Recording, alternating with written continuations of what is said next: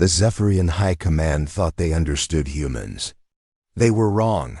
For 200 years, humanity had spread across 47 star systems like seeds on fertile ground. Not as conquerors, but as gardeners.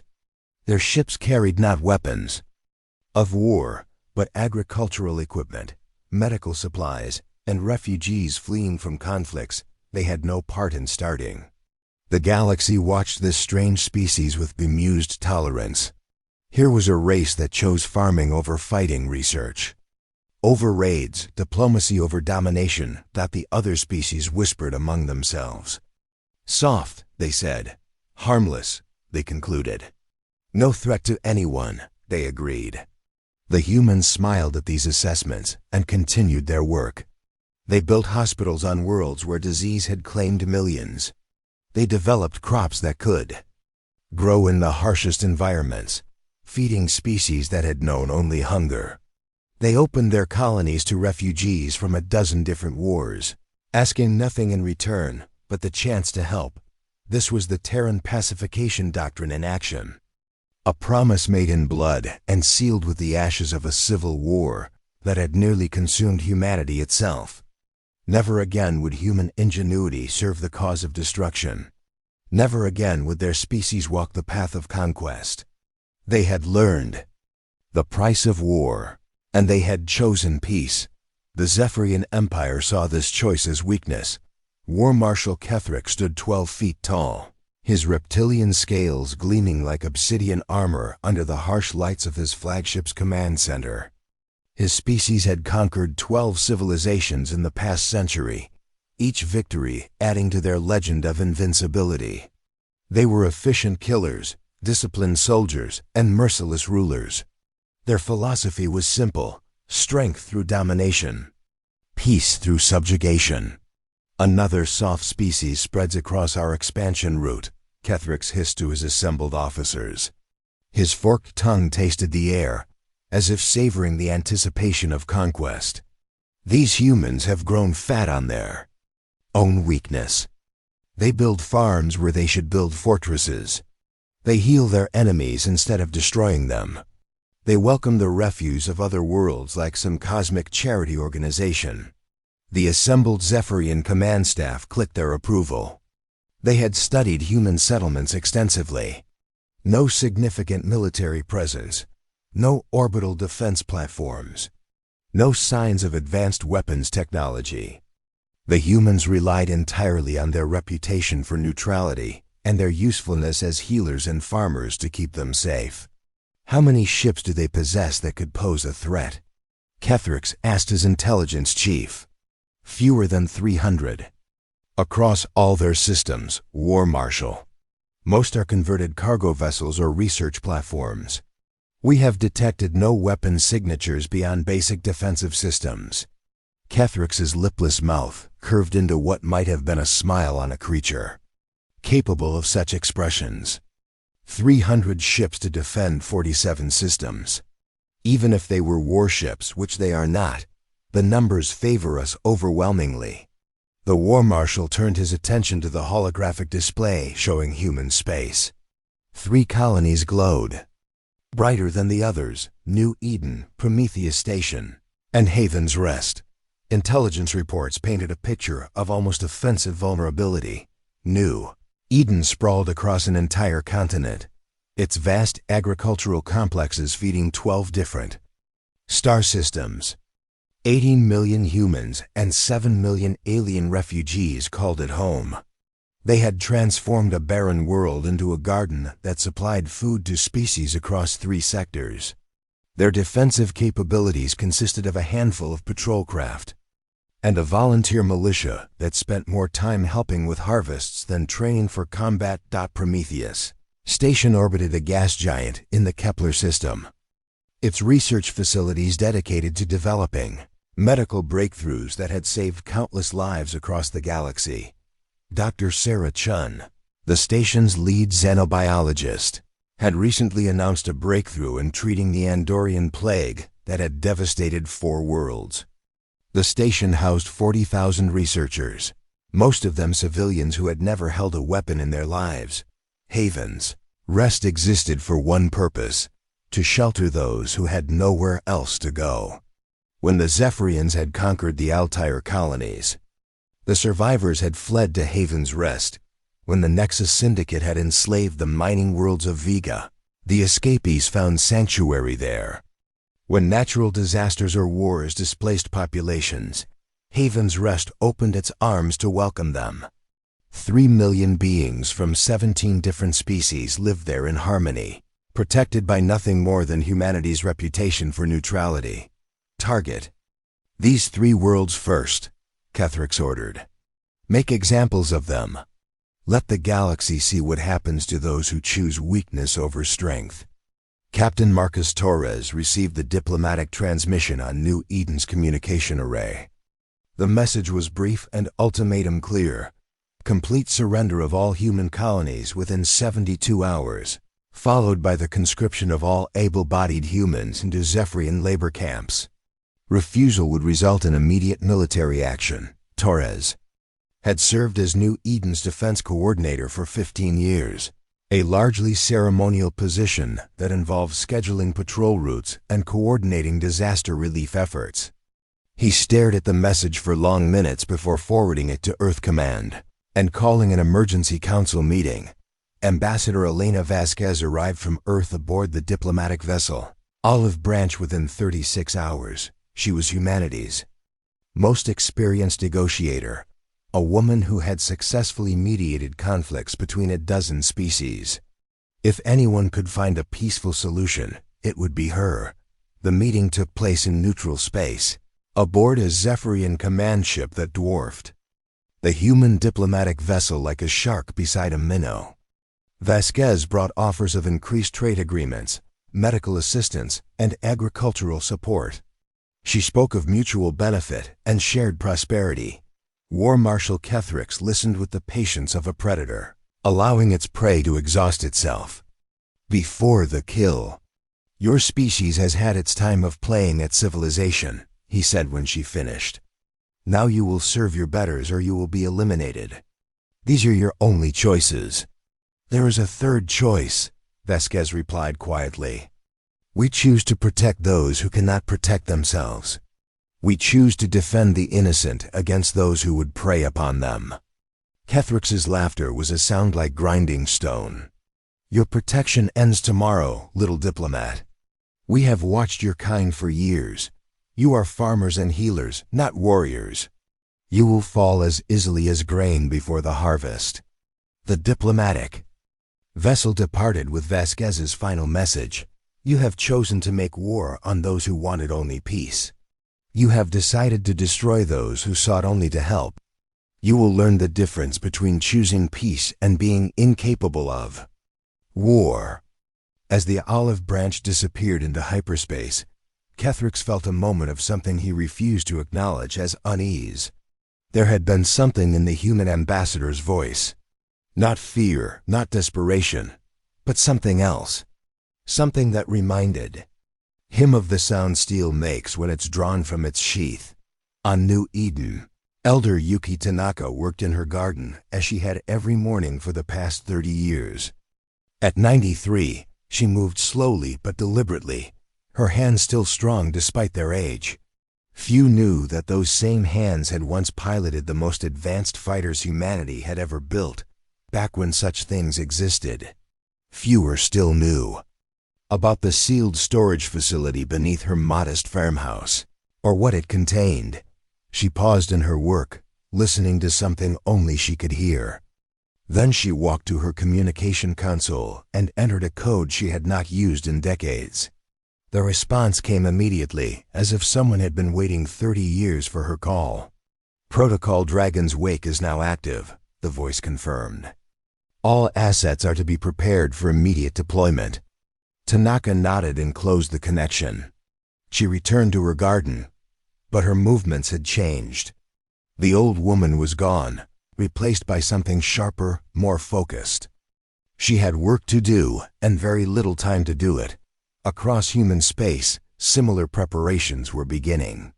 The galaxy had mistaken humanity's choice for peace as an inability to wage war. They were about to learn the difference. The dragons had slept for 2 centuries, dreaming of the day they hoped would never come.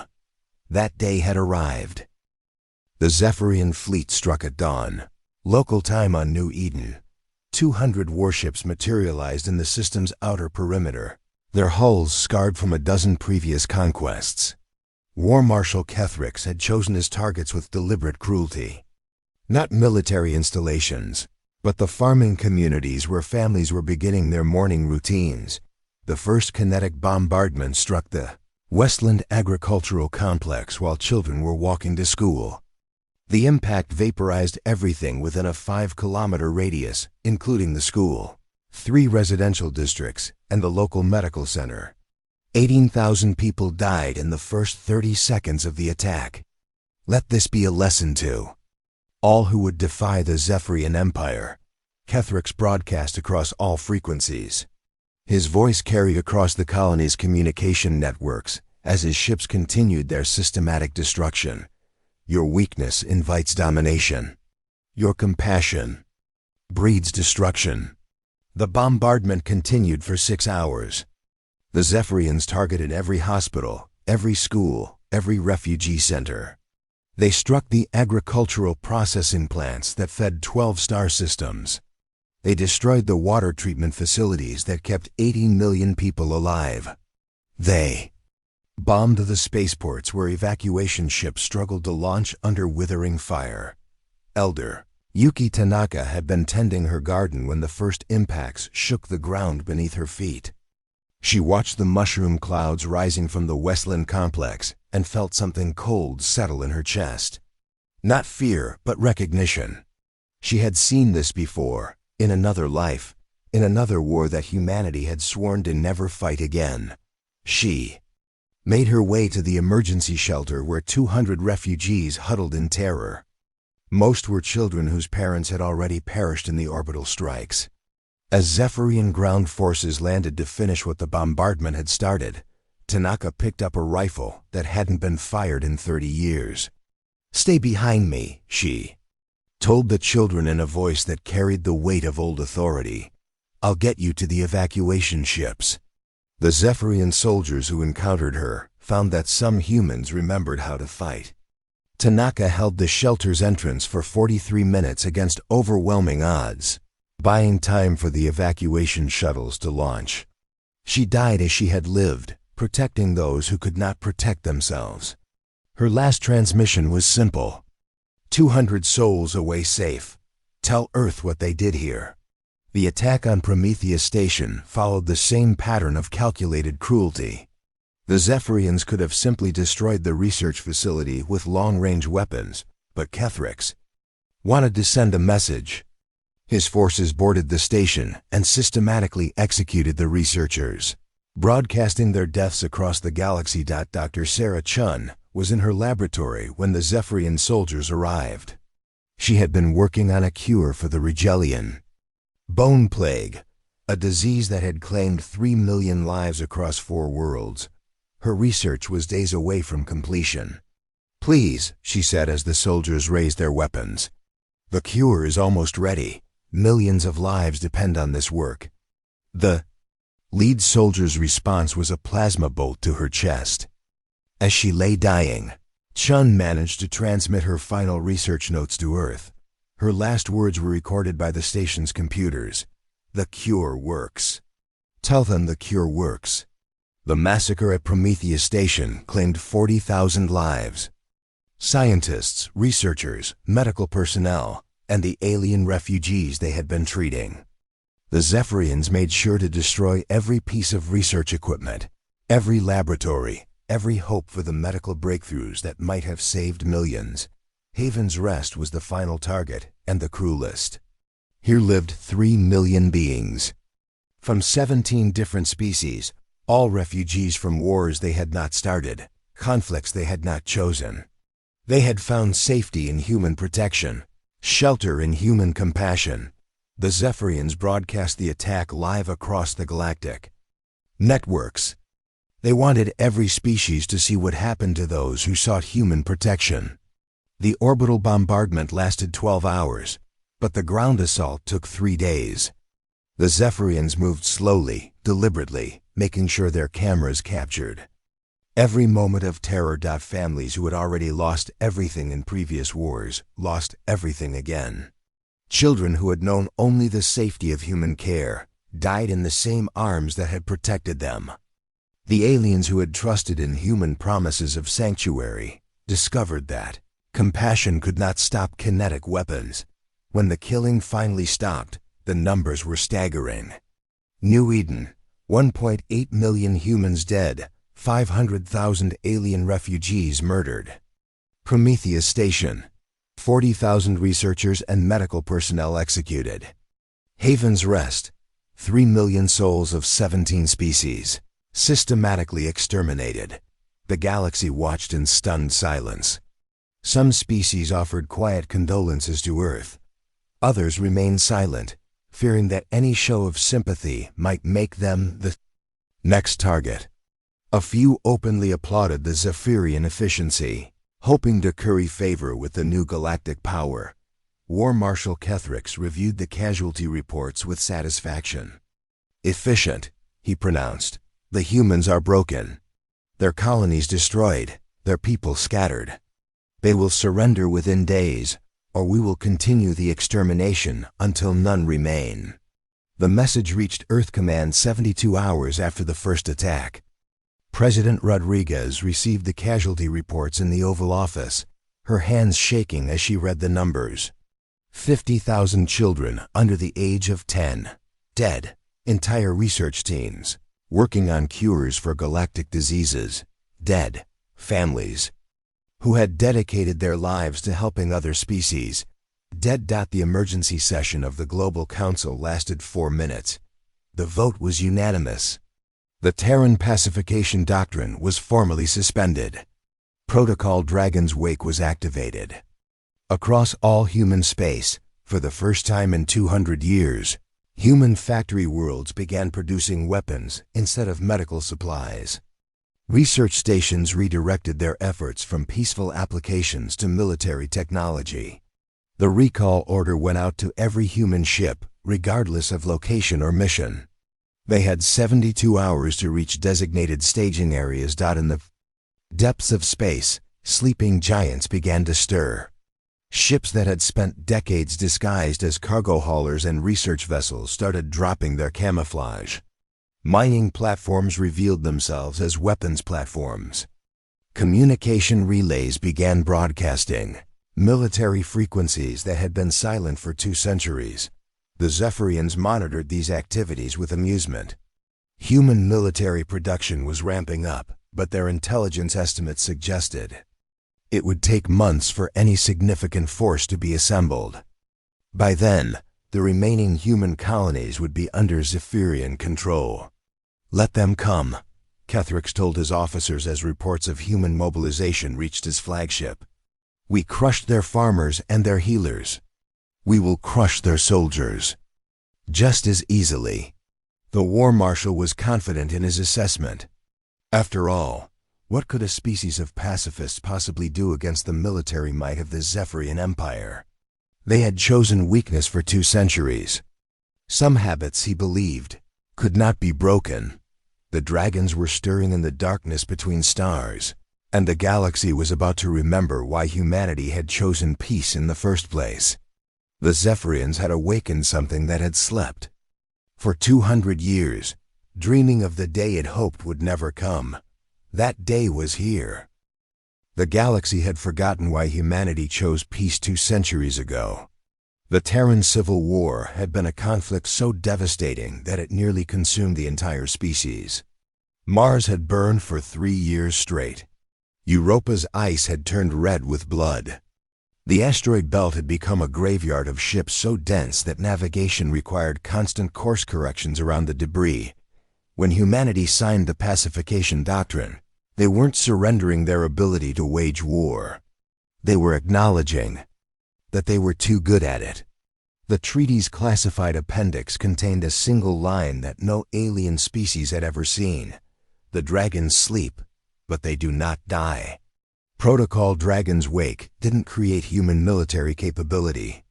It simply stopped hiding it. The U.S. Beowulf had spent 20 years disguised as an agricultural research vessel, studying crop yields and soil compositions across the frontier worlds. When the activation codes arrived, Captain Elena Vasquez stood in what appeared to be a botany lab and spoke a phrase that hadn't been uttered in 2 decades. "The harvest is over." Walls slid away. Equipment that looked like soil analyzers folded back to reveal tactical displays. The ship's hull reconfigured itself, shedding its civilian camouflage like a snake discarding old skin. What emerged was humanity's first Dragon class warship, a vessel that represented 2 centuries of suppressed military innovation. The Beowulf wasn't alone. Across human space, ships were dropping their disguises. The merchant vessel Golden Promise became the assault cruiser Retribution. The medical transport Hippocrates revealed itself as the electronic warfare platform Nemesis. Mining barges transformed into carrier platforms. Even the diplomatic ship Olive Branch had hidden teeth. The technology that emerged from this deception was unlike anything the galaxy had seen. Humans had spent 200 years perfecting peaceful applications of advanced science, but every breakthrough had dual-use potential. Medical nanotechnology became self-repairing armor. Agricultural terraforming equipment scaled up to planetary bombardment systems. Deep space communication arrays revealed themselves as targeting networks spanning dozens of star systems. The Zephyrian outpost at Kepler's Edge detected the approaching human vessel on long-range sensors. Commander Thax reviewed the tactical display with amusement. A single ship, broadcasting civilian identification codes, requesting safe passage through Zephyrian space. "These humans truly have learned nothing," he told his bridge crew. "Order them to heave to for inspection. If they resist, destroy them as an example." The human ship complied with the order, drifting to a stop within weapons range of the outpost. The Beowulf appeared exactly as it had for 20 years, a converted cargo hauler with scientific equipment bolted to its hull. Scans showed no significant weapons, no military-grade shielding, no threat to the massive fortress that guarded this sector. "This is Commander Thax of the Zephyrian Defense Force," came the transmission. "Prepare to be boarded and searched. Any resistance will result in your immediate destruction." Captain Vasquez responded personally. "Commander, I have a message for War Marshal Kethrix. Tell him this is for New Eden, Prometheus Station, and Haven's Rest." The Beowulf's transformation took 4 seconds. Its hull split open like a flower, blooming in fast forward, revealing weapons that had been hidden in its superstructure for 20 years. Kinetic accelerators that had masqueraded as cargo loaders swiveled toward the outpost. What had appeared to be scientific sensors revealed themselves as targeting arrays of impossible precision. The first salvo struck the outpost's main power core. The second eliminated its communication array. The third and fourth destroyed its defensive platforms before they could return fire. By the time Commander Thax realized what was happening, his fortress was already dead. The Beowulf didn't just destroy the outpost, it obliterated it. Every structure, every ship, every piece of military equipment was reduced to expanding clouds of superheated plasma. The attack lasted 3 minutes and 47 seconds. There were no survivors. The Pachi message left behind was simple, a single transmission broadcast on all frequencies. "The dragons are awake." News of Kepler's Edge reached Zephyrian High Command within hours. War Marshal Kethrix studied the sensor recordings with growing disbelief. The attack had been surgical, precise, overwhelming. The human ship had demonstrated technology that shouldn't exist, weapons that defied their intelligence estimates. "One lucky strike," Kethrix declared to his staff. "They caught us off guard. It won't happen again." But it did happen again. And again. And again. The Dragon packs began their hunt 72 hours after Kepler's Edge. Each pack consisted of 3 to 5 ships, all bearing names that honored the destroyed colonies. Eden's Fury, Prometheus fire, Haven's wrath. They struck without warning, hit without mercy, and vanished before reinforcements could arrive. The Zephyrian patrol fleet at Vega Station detected 3 human ships on approach. Standard protocol called for challenging unidentified vessels, but these ships broadcast their intentions openly. "This is Eden's fury. You have 60 seconds to abandon your posts before we destroy them." The Zephyrian commander laughed at them. Audacity. 3 ships against an entire battle group. The humans had clearly lost their minds along with their colonies. 59 seconds later, Vega Station and its entire defensive fleet ceased to exist. The attacks followed a pattern that drove Zephyrian intelligence to distraction. Human forces would appear from hyperspace with impossible precision, strike their targets with overwhelming firepower, and disappear before any meaningful response could be organized. They left no survivors, took no prisoners, and offered no mercy. Each attack was preceded by the same message: for New Eden, for Prometheus Station, for Haven's Rest. Each attack ended with the same transmission: the dragons remember. Zephyrian forces began abandoning isolated outposts. Patrol fleets clustered together for mutual protection. Supply convoys required massive escorts. The mere possibility of human attack had paralyzed military operations across 3 sectors. War Marshal Kethrix found himself fighting an enemy that couldn't be found, couldn't be caught, and couldn't be reasoned with. His forces had killed 2.3 million humans and expected surrender. Instead, they had awakened something that hunted in the darkness between stars. Where are they? He demanded of his intelligence officers. How are they everywhere at once? What kind of technology allows them to strike and vanish like ghosts? The truth was simple and terrifying. Humanity had spent 2 centuries building a civilization designed for peace, but engineered for war. Their communication networks doubled as military command systems. Their trade routes served as strategic corridors. Their research stations functioned as intelligence gathering posts. When the dragons woke, they found a galaxy-spanning infrastructure ready to support them. The Zephyrians had expected to fight farmers and healers. Instead, they found themselves hunted by predators who had been dreaming of justice for 200 years. The dragons were no longer sleeping. They were hunting, and they remembered every lesson from 2 centuries of pretending to be sheep. The Zephyrian home system had never been breached. Zephyr Prime sat at the center of a defensive network that had repelled invasions from 7 different species over the past century. Orbital platforms bristled with weapons, minefields created, kill zones that stretched for millions of kilometers. The home fleet numbered 800 ships, each one a veteran of successful conquests. War Marshal Kethrix stood on the bridge of his flagship, the Dominion, watching the tactical displays. With growing confidence, let the humans come. Let them test themselves against the full might of the Zephyrian Empire. Their hit-and-run tactics might work against isolated outposts, but here they would face overwhelming force. The humans arrived at 0800 hours, system time. 500 ships materialized simultaneously throughout Zephyr Prime's defensive perimeter. Their emergence so precisely coordinated that it seemed like a single entity splitting into multiple forms.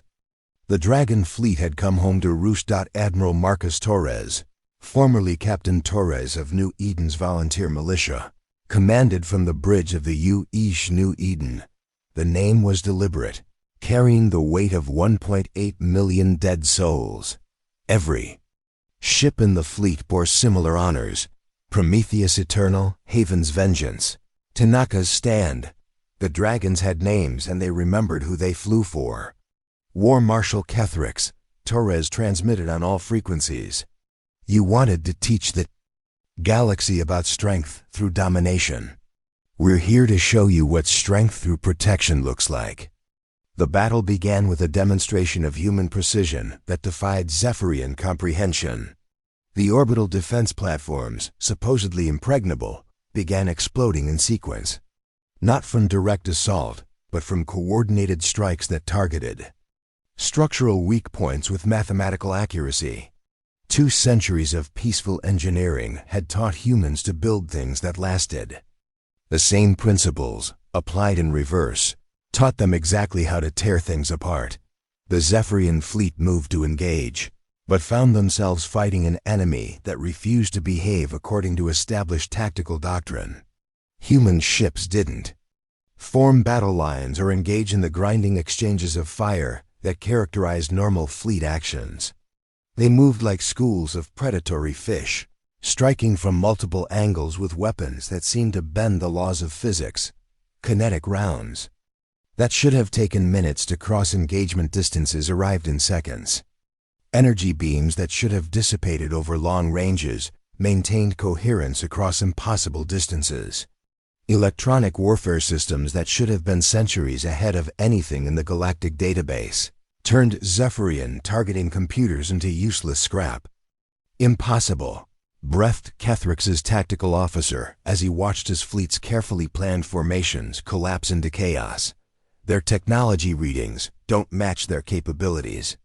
These ships are beyond our classification system. The truth was simple and terrifying. Humanity had never stopped advancing militarily. They had simply hidden that advancement behind peaceful applications. Every breakthrough in medicine led to breakthroughs in battlefield trauma care. Every advance in agriculture led to advances in logistics and supply chain management. Every development in deep space exploration led to improvements in stealth and reconnaissance technology. The Zephyrian fleet began to break. Ships that had conquered worlds fled before human vessels half their size. Captains who had never known defeat found themselves outmaneuvered by opponents who fought with the patience of farmers and the precision of surgeons. War Marshal Kethrix ordered his personal guard to ram the human flagship. The Dominion was the pride of the Zephyrian fleet, a dreadnought that had personally overseen the destruction of 6 civilizations. Its armored hull could withstand direct hits from antimatter weapons. Its shields had never been penetrated by enemy fire. The U.S. New Eden disabled it with a single shot. The beam struck the Dominion's primary reactor with surgical precision, shutting down power without causing an explosion. The massive warship drifted helpless as human boarding craft attached themselves to its hull like antibodies surrounding a virus. Kethrix found himself face to face with Admiral Torres in his own command center. The human looked exactly like what he was, a farmer who had been forced to remember how to kill. There was no joy in his eyes, no satisfaction in his victory. Only the grim necessity of a man who had chosen to protect others at the cost of his own soul. "Surrender," Torres said quietly. "Your fleet is defeated. Your defenses are destroyed. Surrender, and we'll discuss terms." Kethrix's response was to draw his sidearm. "There is no surrender for the strong. Only victory or death." Torres didn't even flinch as the War Marshal raised his weapon. "You're right. There is no surrender for those who murder innocents. There is only justice." The human ships departed Zephyr Prime 12 hours later, leaving behind a transformed system. Every military installation had been systematically dismantled. Every warship had been disabled or destroyed. The civilian population was unharmed, but the Zephyrian Empire's capacity for conquest had been eliminated with surgical precision. The galaxy watched in stunned silence as reports spread across the networks. The Zephyrian Empire, conqueror of 12 civilizations, had been defeated in a single engagement. Their home system had fallen to a species they had dismissed as harmless farmers. Within days, the 12 species previously enslaved by the Zephyrians declared their independence. Requests for human protection flooded Earth's diplomatic channels. Trade routes reorganized themselves around human-controlled space. The galaxy's power structure had shifted overnight. President Rodriguez addressed the galactic community from Earth's capital. Her words carried the weight of 2.3 million dead and the promise of protection for those who needed it. We did not want this war. We did not choose to become what we became. But when innocents are threatened, when genocide is used as a tool of conquest, the dragons will wake. We offer the galaxy a choice: cooperation and mutual prosperity, or the justice that comes to those who prey upon the weak. The Dragon Covenant was established within a month. Any species facing extinction or systematic oppression could request human protection. The price was simple: no aggression against other civilizations, no conquest for conquest's sake, no genocide as policy. Dragon stations appeared throughout the galaxy, human military bases that served as deterrents against would-be conquerors. The message was clear: attack the innocent, and face the dragons. New Eden was rebuilt as a memorial world, its green fields growing over the graves of those who had died simply for choosing to help others. Prometheus Station was reconstructed. As a medical research facility, its laboratories dedicated to healing the wounds that war had left across the galaxy. Haven's Rest rose again as a sanctuary for refugees, protected now by shields that could withstand any assault. In a small garden on New Eden, a monument bore Elder Yuki Tanaka's final words. He died as he lived, protecting those who could not protect themselves. The dragons had awakened, shown their fire, and returned to their vigilant sleep. But the galaxy would never forget the lesson written in flames. Across the stars, humanity's greatest strength was not their technology or their fury, but their unwavering commitment to protect the innocent, no matter the cost. The Zephyrians had bombed human settlements. They had awakened the dragons. And the dragons remembered everything.